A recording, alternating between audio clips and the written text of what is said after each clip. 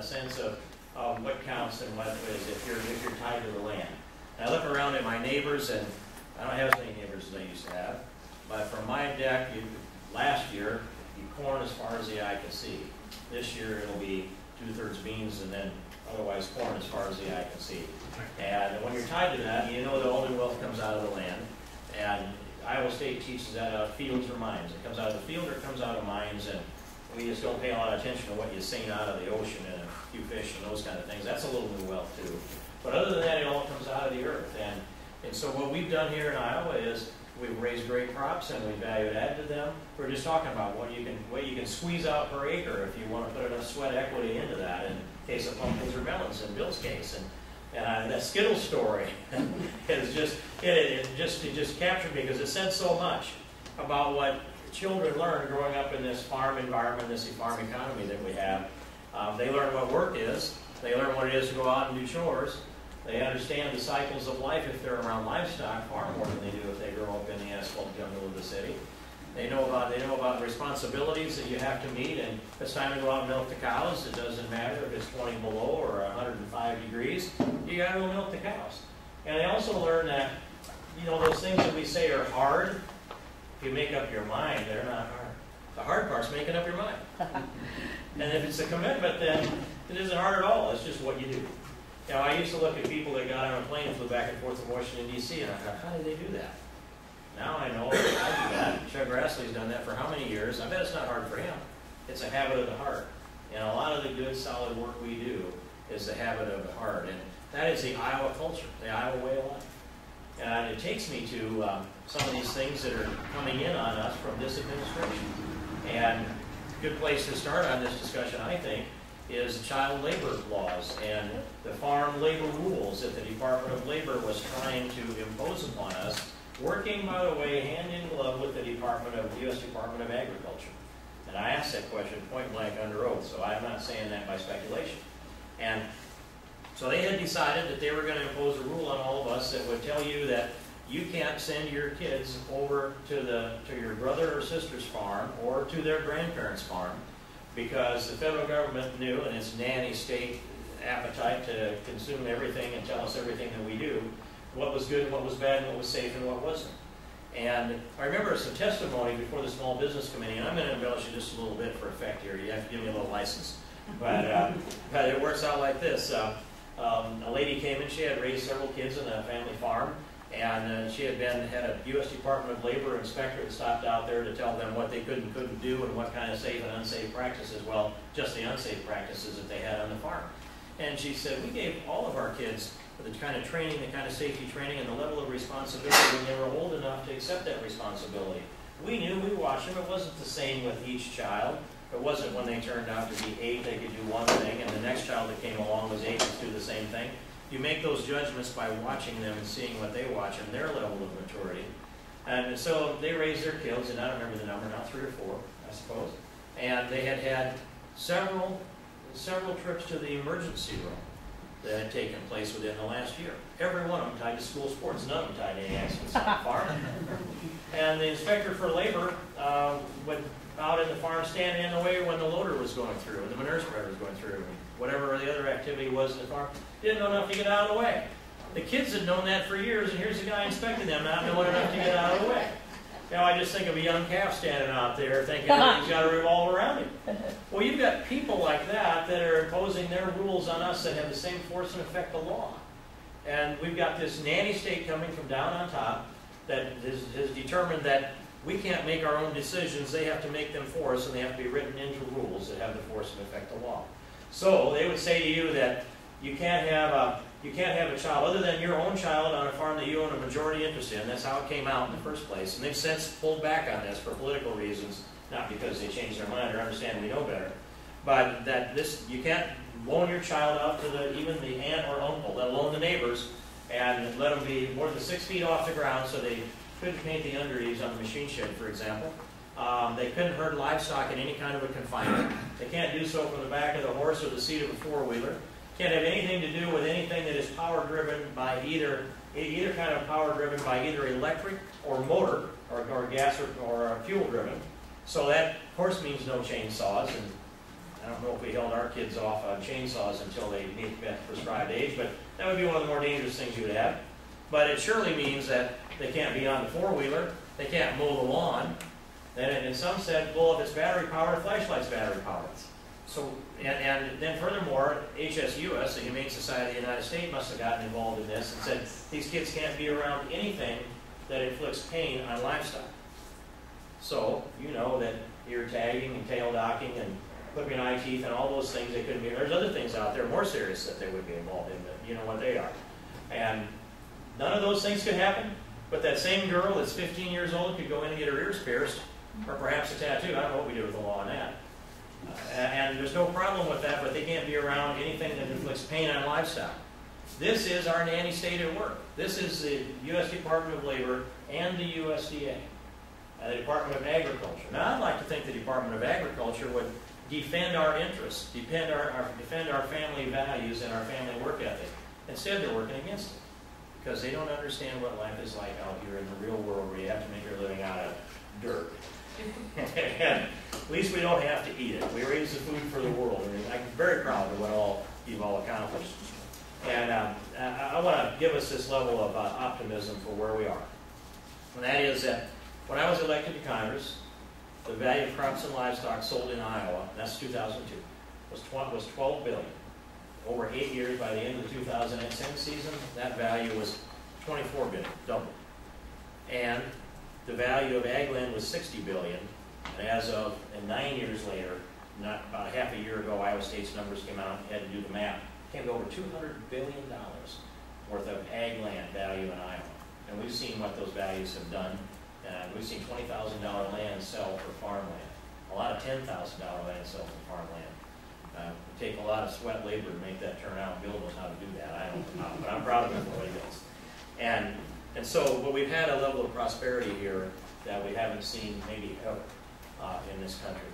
And it's built this foundation of capital, and we need to use it and use it for the right things. Another thing would be, if you look at the individual income increase, and you have the 50 states, Iowa's not number one. That sounds like a little bit of bad news. We're not. We're number two. North Dakota, I'm just got off the phone with South Dakota. North Dakota is number one. They grew their individual income by 6.7% over the last full reporting year. We grew ours at 6.4%. Third state is Oklahoma at 5.3%. They're out of the running, but we are knocking on the door. We are pressing North Dakota for the state in the union that has the most individual income increase. That averages across everybody. That is a way of looking at all Iowans. And I think we've got a chance to beat them next year because we've got a lot of grain in the bin, and hopefully we're going to have a few rains and a good crop going to turn around. And that foundation of value add that we've done to agriculture has been a phenomenal thing. So there's a lot that we can be proud of, a lot of success that's been made. But this, I want to back up a little bit and just tell you a little bit more about my background. When I say I made my living out of dirt, some of you are wondering why. Or how is a better example rather than why. If I want to know about someone, I like to know where they were raised, what's their value system, and then what about their family, what do they do for a living. And most of my recent life is a lot of public record, that time in the state senate and my time in Congress. But I was raised in a law enforcement family. My father managed state police radio stations. I was born in Storm Lake, and then from there I went to grade school up at Goodell, just north of Belmont, and he moved up there to manage that highway patrol station, a state police radio station there. And then from there we went down to Denison when they opened up that station, and that's where I graduated from high school. Dad went back to Storm Lake to finish his career. I went to Northwest Missouri State to go to school. And in the summer times I was doing construction work, and I just stayed there. Pipeline work, Iowa down in Kansas, so actually I'm a guy that's actually drilled for oil and built pipelines. So when I see the Keystone XL pipeline blocked by the President of the United States, I think, how could this be? Now, I'll come back to my life story in a minute, but I slipped into this Keystone thing, and I want to tell you the circumstances there. And that is that there is no environmental reason not to build the Keystone XL pipeline. There are plenty of economic and national security reasons to build it. It screams at us to get it done, and the President has blocked it.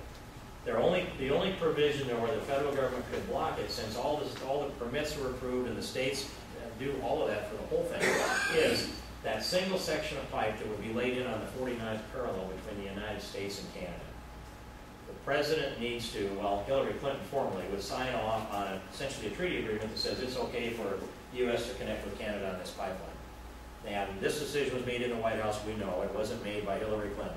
The president decided no. And we put a bill on his desk, and a must-sign piece of legislation that required the president to make a decision within 60 days as to whether the Keystone XL pipeline, all that oil out of the oil sands in Alberta, coming down into the United States to be refined and going to our market. All of that, he had 60 days to determine whether it was a national security issue, the pipeline. I say it is. 28 days into the 60 days, the president said, I don't have time to study this, so I'm going to block it. We're not going to build a pipeline. This is after dragging it out and dragging it out. We could have that pipeline started more than a year earlier and finished up in, I don't actually know the construction time, but we can do a lot of things fast if we have to.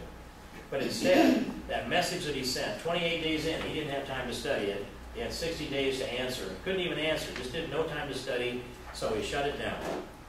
That triggered a trip that was already, I believe, planned, but it triggered a trip by Stephen Harper, the Prime Minister of Canada, to go to China and cut a deal to sell that Canadian oil to the Chinese. And he did. And that was the night, that was February 12th. I remember where I was when I had this conversation with the Canadian parliamentarians. Lincoln's birthday, Stephen Harper cut a deal with the Chinese, and I said to the Canadian members of their parliament, I hope it's a loose deal, not a tight one. They said, well, it's a tight one. And then I said it will be a delay on building your pipeline through the Cascades and the Rockies to get to the Pacific to tanker that Canadian oil over to China, because by the time they go through the native Canadian American lands, it would be, they've got special property rights there a lot like they do here. And their answer was, Stephen Harper already met with them and they have set it up to fast track that pipeline. And so then I had a look of despair on my face, and they said, well, never fear, if you ever get your pipeline built, you will be our preferred customer. And I know that preferred customers are the ones that outbid the other customers. I want the customer that I make the most money off of. Well, if we can outbid the Chinese, we'll be a preferred customer. Barack Obama's decision sends Canadian oil to China. That's the bottom line. And the news hasn't reported that any place except one tiny little story up in Canada that leaked down to me. I know this to be fact for other reasons well beyond what I've heard and seen looking these members of their parliament right in the eye. That's how it's going to unfold. And that's a piece of our energy pie that we're going to talk about in a minute. But follow through. I worked on the pipelines, Iowa and Kansas, and also a lot of earth moving road construction. By 1975, I decided I need to start a construction business. So I convinced a banker to loan me 100%, and I went out and bought an old beaten up bulldozer and welded on it for 2 weeks and took it out, put it to work. And before I had $100 earned in my new company, the engine blew up. And so we had to tear it all down, put it all back together. Didn't have the money to do it, found a way. And there's Marilyn, we have no kids, and she's out there in the rain, 4.5 months pregnant, with a 7-foot cheater pipe, torquing the head bolts on a D7 in the rain. And so I tell that story often because I think it just tells the whole story about the family that I'm privileged to be a part of. And 4 generations of us have been born in this district, and our roots go down in this district. Marilyn and I raised three sons.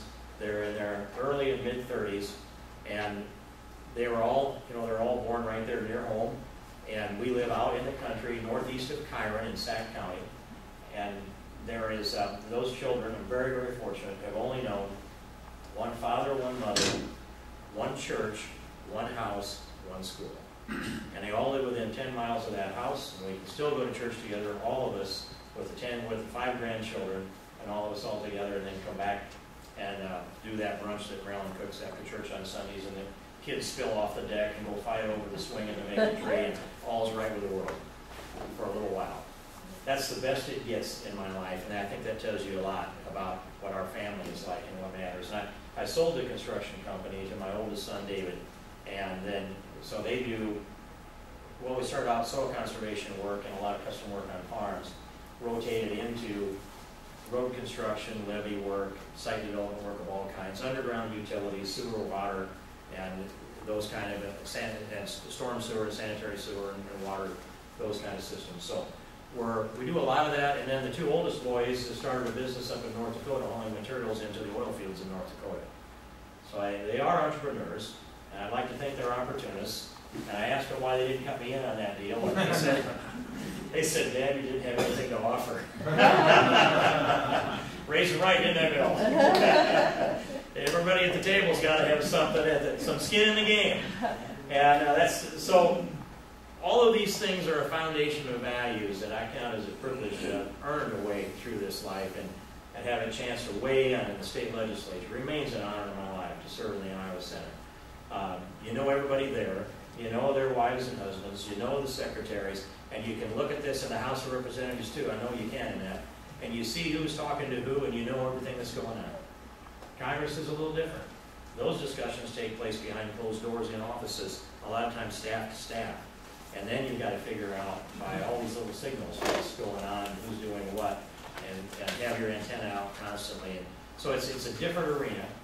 I remember one of the first nights that I was there, we had late votes after 1:30 or so in the morning, and I was standing on that brass rail, leaning on the brass rail behind the House chambers there, watching the vote go up next to Jim Nussel. And he said to me, he said, well, what do you think of this United States Congress? And I said, I don't yet know what to think, Jim. And he said, well, it's the same circus, just a bigger tent. And it can be like that. But so I love the challenge that's there, and I think we have an opportunity, and we have been leveraging on this to take our Iowa values, take them in the state legislature, take our Iowa values to Congress. And we lost a seat in Congress. We know that's what brings about this new redistricting that puts all of these counties together, the 39 counties, all the way over to the western border and up against Minnesota, all across, and the furthest most east is Chickasaw County. But we're all Iowans together. I lost a lot of the hills in southwest Iowa. There are good people down there, and we've got projects going on that we'll stay with, I think, for a long time, and friends that hopefully we'll never lose. They said, what's the difference here? I think I took a page out of Jim Nussel's playbook, and it says we lost a lot of the hills and we got into the flatter prairie pothole region. That means there was better cell phone coverage and more Norwegians. Both good things, I might add. And I'm learning a little bit about self-deprecating humor. So, but it is. It's fun to get to know new people, and it's a real challenge to be able to build a grassroots network across these 39 counties. But I want to take to you, and we'll go to questions here in a little bit, the major principles that I think need to be brought front and center, plants in the platform, not only of me, but the next President of the United States. Number one, I believe, must be the full 100% repeal of Obamacare. Obamacare is an unconstitutional takings of American liberty. Of all the things that we know that's bad about Obamacare, that it's unaffordable, unsustainable, it will reduce the research and development and the healthcare progress that we're making. It will create rationing. It sets up panels that will end up rationing healthcare. It operates off of statistics rather than doctor-patient relationship. And it is costly. And more people are pushed into Medicaid on this. A lot of it by design. There's a design that appears to be built into it to collapse the system we have so it can become a single-payer plan. That's what Barack Obama wanted from the beginning. That's what Hillary Clinton introduced when she was a first-time First Lady. In fact, I actually have that chart out there in my Yukon, but I'm not going to trouble you with that nightmare. And I have a modern chart that's all color-coded on what Obamacare really is. But it just scares the living daylights out of free-thinking Americans to think that government would create something that big to run our lives. It's all as bad as I've said and worse than that. But the central piece that's wrong with Obamacare is that it's an unconstitutional takings of American liberty. And I often stress it this way. The most sovereign thing that any of us have is our own soul. The second most sovereign thing we have is our health. Our skin and everything inside it should be managed by us, not by the government, not by a government formula, by us. We need to be able to buy a health insurance policy that's driven by the demands in the marketplace that come from your voices and the things that you want to see, not something that's designed by a bunch of leftist bureaucrats that are running a nanny state that believe that you can't manage your own life, you can't make decisions for yourself, and they need to do it for you. That's the difference with Obamacare. That's the biggest reason it has to go, is because the health we lost, but it saps American vigor. We're vigorous people. We are unlike any other people on the planet. We're Americans that have God-given rights, and our founding fathers made that very clear in their Federalist Papers and the writings in the Declaration of Independence. They made it very clear that we hold these truths to be self-evident. These self-evident truths bring about American freedom, American liberty, and American vigor. And when the nanny state takes over your life, it saps our vitality. When they say to you, you can't make your own decision, we'll make it for you, the next generation won't be as independent-minded as you are. They'll stop thinking about it. Your generation is more inclined than to think, well, okay, I didn't grow up thinking I had any choices here. I just walk over here and get in line, and I'll stand here, and they'll tell me, move forward. They do this in Russia. I watch them do it. They get in line, and they walk. Their heads are down, their shoulders are hunched up. Usually have big coats on. And they will stand in a line, and the line inches forward. I've stood in those lines too, by the way. And you get forward, and finally you get to the front of the line, and you may not know why you're even there. Then you can go from there to another line. And that's what we'll end up doing, walking around from line to line to line. Some of us will get health care, some of us will die in line. It's just the way it works. The actuarial tables say so. I don't want to live like that. I want Americans of free-thinking, vigorous, smart, and hard-working Americans making their own decisions about their own lives and reaching out to help their neighbors. That's how it needs to be if this country is going to reach the level of our destiny. Obamacare has got to go.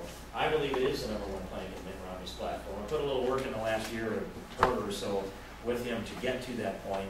I've had these conversations with him, and also the next conversation, so Obamacare, done deal, repeal it, #1 plank in the platform. Number 2 is, I've come to the conclusion that the will to balance the budget doesn't exist in the United States Congress. And I don't know how you create it. Politically, you can make the argument over and over again, but the public has to demand it.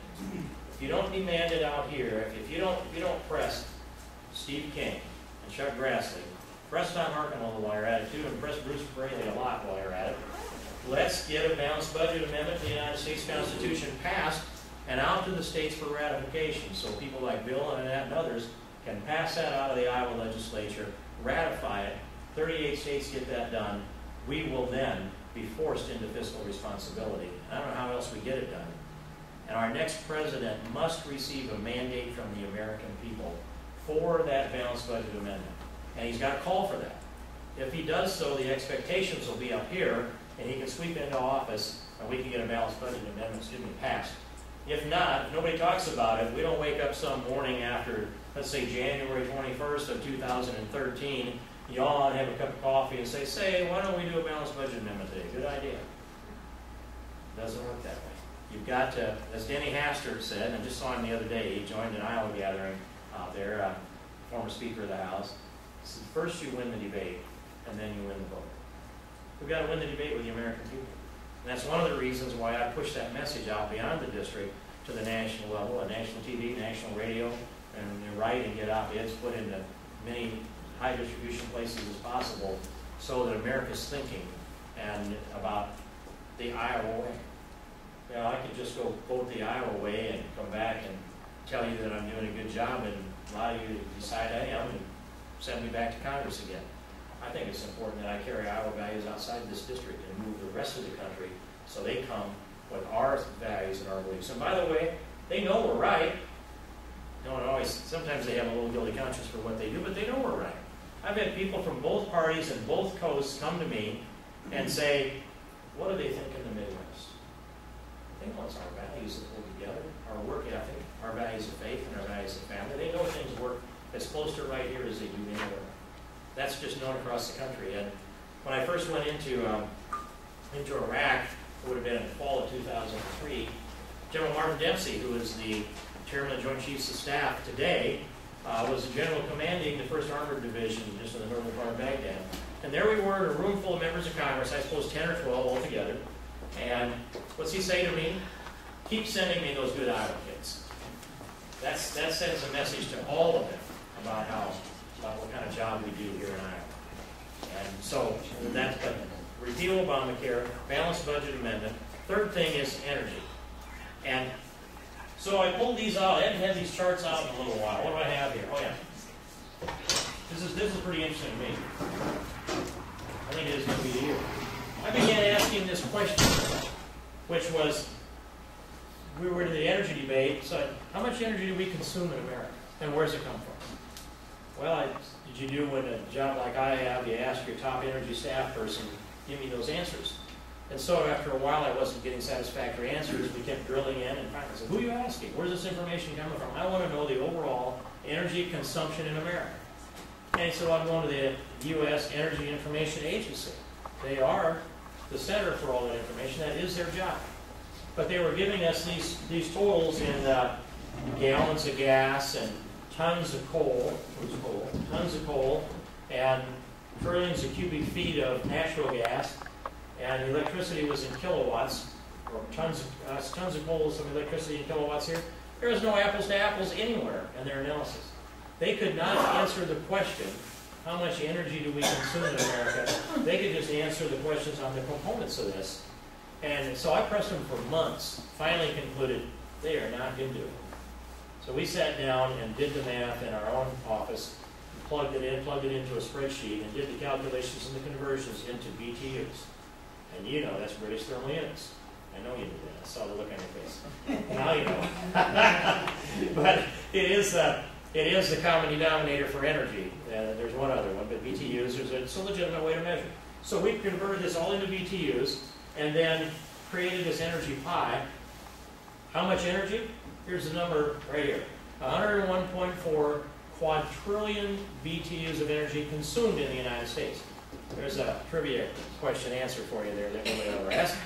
But here are the portions of the energy. And when you look at that, now you get a sense of the energy picture for America.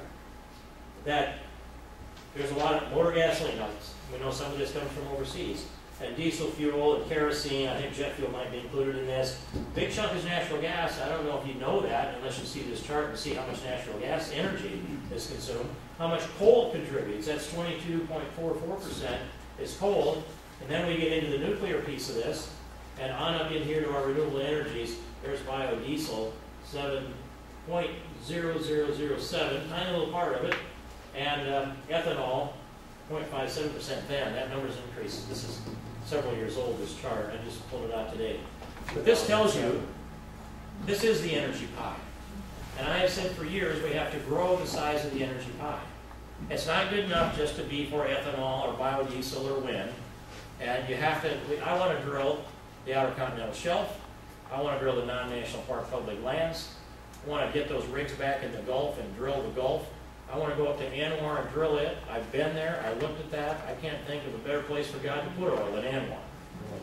That's a great place to pump oil out. And so I'll finish. I'll come back to your question, sir. So do all of that. Grow all the size of the energy pie. Clean burning coal, fracking, natural gas. Put it all out there on the marketplace. Drive the price of energy down. If we do so, that it increases America's competitiveness. That's the energy agenda. The first legislation I introduced when I went to Congress created the blender's credit for biodiesel, extended it for ethanol, and it became law. And I thought passing laws in Congress was going to be easy. But it is extremely difficult, and the timing was right, and we got that one right. But what you build on that after that, the renewable energy component, is a big piece of why we've been so successful here in Iowa. And it doesn't mean it's easy for anybody, but compared to the rest of the country, we've been very successful. So, 3 planks, wrapping it up with the 4th. Repeal Obamacare, Christy Vilsack's for it, I'm against it. Balanced budget amendment, Christy Vilsack's against it, I'm for it. This energy pie, I'm pretty sure she's not ready to do a lot of these things that I want to do. And I expand nuclear too, in case I miss that. We don't agree on this either. I want all energy on the marketplace. You can't replace petroleum with renewable energy alone. We grow the size of the energy pie, we make them compete against each other. In doing so, the free market will determine this. But here's the other part of the equation. This is the energy we produce. And the instructive part of it is the proportions change a little bit, but we're only producing 72% of the overall energy that we're consuming. That's really the bottom line here. We can get that up to 100%. An energy-rich nation can get to 100%.